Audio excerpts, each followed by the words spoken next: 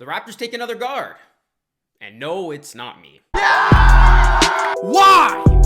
Wow! Kawhi! 15 straight W's to the very end. Oh my goodness, this doesn't feel real.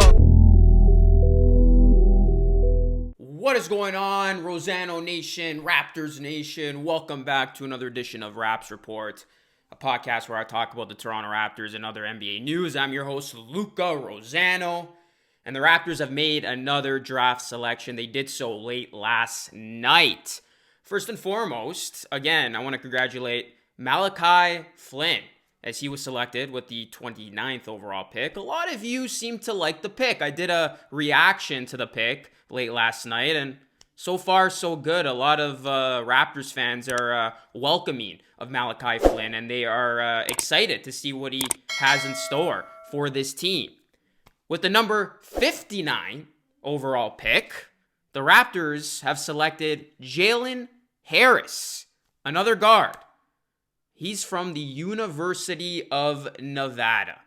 So who is this guy?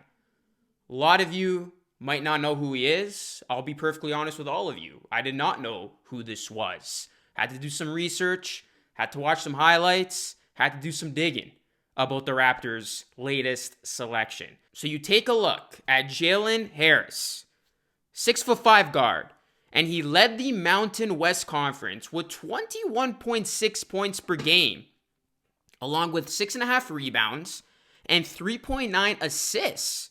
Those aren't bad numbers in just 30 games with the Wolfpack. He was also named first team All-Mountain West Conference as well as Mountain West Newcomer of the Year. So pretty impressive. Ahead of the draft, Harris told NevadaSports.net that he prides himself on his versatility, saying, "If a team needs somebody to be a creator, I can do that. That's a big part of my game. I can create for myself.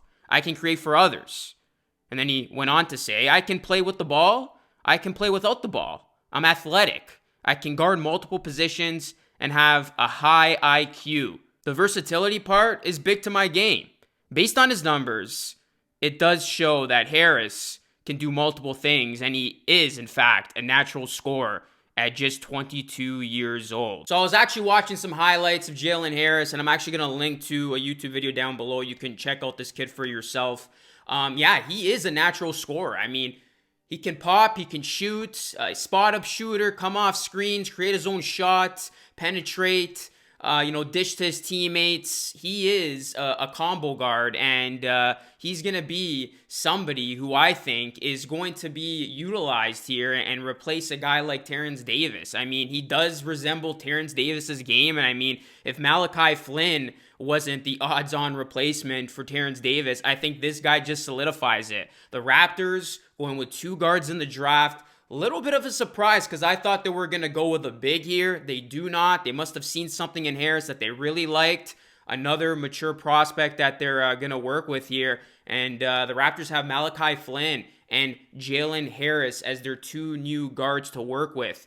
Flynn, obviously, highly regarded, Fred VanVleet type of player, and Jalen Harris is a guy who can do many things. He's versatile, and those are players that the Raptors like to get. So, in my opinion, this seems to be a solid pick at number 59. Again, in Masai Ujiri and the Toronto Raptors, we trust. I'm excited to see this guy play. I'm excited to see Malachi Flynn play. And, the bottom line here, guys, is we don't know what's going to happen with Fred VanVleet. That remains to be a 50-50 situation. But it appears after the latest moves in the draft and the latest selections, both being guards, Terrence Davis, I think his days are numbered as a Toronto Raptor. I think it's a matter of time until the Raptors probably release him, and we got some immediate replacements for him come next season. So Jalen Harris from the University of Nevada, the Wolfpack. He is a Toronto Raptor, and he will be called upon to hit the three, hit some shots when he's open.